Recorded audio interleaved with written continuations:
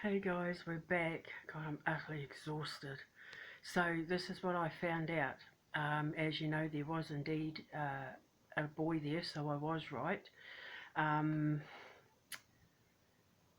I crossed them over. Uh, I did some investigating. Now, the interesting thing about the duel, when how I said I was seeing a pistol duel, apparently the men who lived in that house, they were considered chivalrous romantics and men of virtue.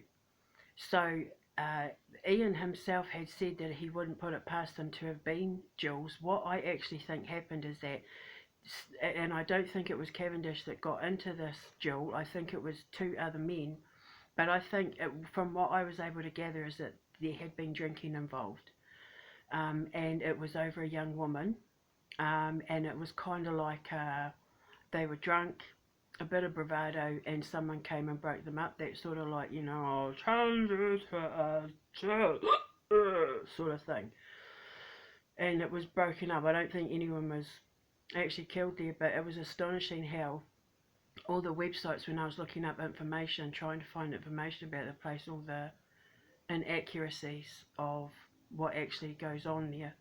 Um, Ian came to see me later on and was saying that all the stuff on the websites are just blatant lies, basically.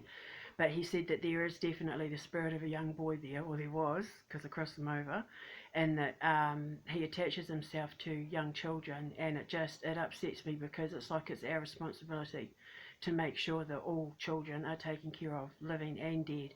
And even though trapped spirits, are a very, very rare phenomenon, it is our responsibility to make sure that we take care of them if we're able to. So that's what I do. I carry my bell and pendulum everywhere. And when there is a rare occurrence of a trapped spirit, I make sure I do the right thing and cross it over, but with children especially. Because it's like I say to people, how can you go to these places knowing that this stuff is happening and do nothing about it? It's exploitation of the dead. He's a little boy and he's trapped. How would you like it if it's your child? If it was my child, I would want someone to do the right thing and cross them over so that they get a new life. But they don't. They exploit them for, visitors and profit and everything like that. But the people at Bolsover Castle were really, really lovely. And the energy of that place, unlike what the websites tell you, is really lovely and peaceful. Really nice. And then what I found out is that the original owner of that castle did indeed get himself into a lot of debt, and the crown, the royals, basically the royal household, the king, took his property off him, and he lost a lot of money. He was made jailer to Queen Mary of Scots and lost all his money because of it. So I was right, and I think that he was trying to live beyond his means, and it is knowledge. It is on websites and that it is common knowledge that that did happen. So some could argue that I knew that before I got there, and you would be absolutely right. But I can guarantee you that I don't look up these places at all because I like to see what I can feel. And Ian himself said he likes the fact that I was picking up on things that wasn't common knowledge. So I didn't record my discussion with him because he came to find me. And I only had 41% battery left on my phone and I wanted to save it for crossing the little boy over, which we did. So now I'm utterly exhausted. I'm so tired, so tired. So enjoy the video. And yeah, he said that he wouldn't put it past that there were jewels there. And yeah, I was just shocked at how inaccurate these websites were. Um, but the people at English Heritage and the staff there were absolutely lovely, and fully supportive of what I was doing as well, which was really great. So yeah, I think that's all I've got to say other than the fact that I'm absolutely exhausted now. I'm in a lot of pain because time jumping hurts. And if I find out any more information, I'll put a link in the description box below. I think that's it. I think I've been able to pretty much confirm everything I saw other than the jewel. But it's like he said, the place is so old, they only know by word of mouth history and what little is written down.